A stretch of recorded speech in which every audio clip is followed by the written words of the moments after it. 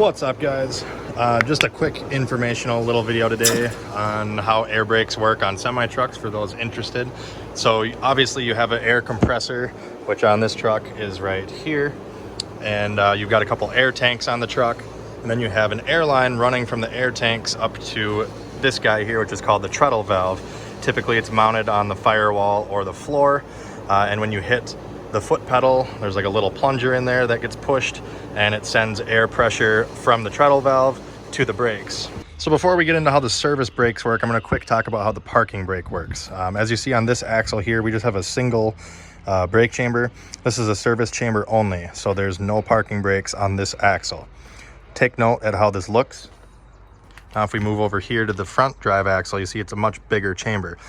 The front half of that chamber has a very strong spring in there, that when you push the yellow knob in the truck, it puts air into that chamber and compresses that spring, which in turn releases the parking brakes so the wheels can turn. The back half of the chamber is essentially the same thing as that, where when you hit the brake pedal, it sends air to the back half of the chamber, which sends the push rod out and applies the service brakes. Some trucks will have parking brakes on both drive axles, like this one. Others will only have them on one axle. It's all dependent on, manufacturer of the truck, how it was spec'd out and everything like that. So now that we have kind of an idea of, what the system entails as far as the parking brake system and the service brakes, I can go ahead and show you kind of how everything works. So here's the inside of your standard semi truck. This is a tractor trailer. So it's a tractor that can pull a trailer. If you were in just say like a box truck or a U-Haul or something that had air brakes, you probably won't have this red knob because that's for the trailer. You're only going to have that knob if you're physically able to tow a trailer.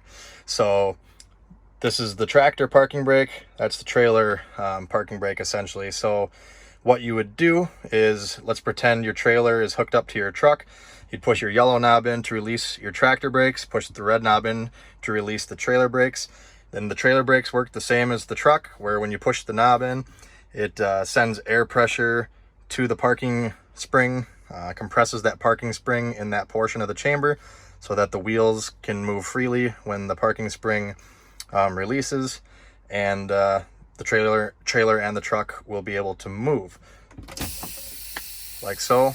As long as you have adequate air, the wheels will release, you'll start rolling, pull it out, and pulling the knob out will exhaust all of the air from that chamber, in turn letting the spring push itself back out and set the brakes. Now, of course, looking at this, you can see it's a drum brake setup. There are disc brakes on semi trucks now. They've been out for a couple of years now, but like 4 out of 5 trucks or 9 out of 10 trucks on the road are still going to have drums. I'll try to cover disc brakes in a different video. It's kind of the same concept. They just have a different way of applying the brakes, obviously, because it's disc versus drum. So this video, we're talking about the typical drum brake. So when you hit the service brake, the brake pedal, it sends air from that treadle valve we talked about earlier through this line to the service brake chamber, and that air pushes on a rubber diaphragm in there, which in turn pushes on a metal plate that's attached to this rod right here called the push rod. The push rod pushes on the clevis here, which is attached to the slack adjuster with some pins. The slack adjuster does exactly what it's called.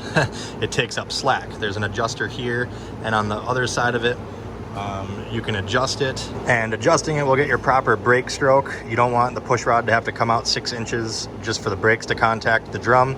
There's specified brake strokes depending on the size chamber you have, but so the slack adjuster basically gets pushed out from the push rod, and the slack adjuster is connected to the S-cam, which there's a cam shaft that runs through this tube, and there's splines on the shaft and the slack adjuster, kind of like axle shafts.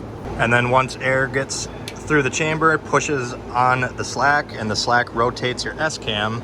It rotates the S part of the cam. As you can see, there's a profile, and when it rotates, it lifts up and it pushes up and down on these shoes, which expands them bigger, pushing them against the drum.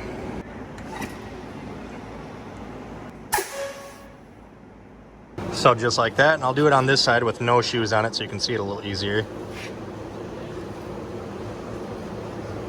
So here's a better look at one of the parking chambers. This is the service side. This is where the parking spring is. Hopefully you can see in there a little bit. There we go. You can see the coils in there. That's that spring, that heavy duty spring that pushes on this push rod to keep the brakes set in park when there's no air pressure in the chamber. Now, of course, I have the drum off just to show you how it works, but now you get the general operation of how air drum brakes work on a big rig. If you found this video informative, make sure you hit that like button, subscribe for more videos like this, and check me out on Facebook at Tony the Truck Guy. Thanks for watching. Have a great day.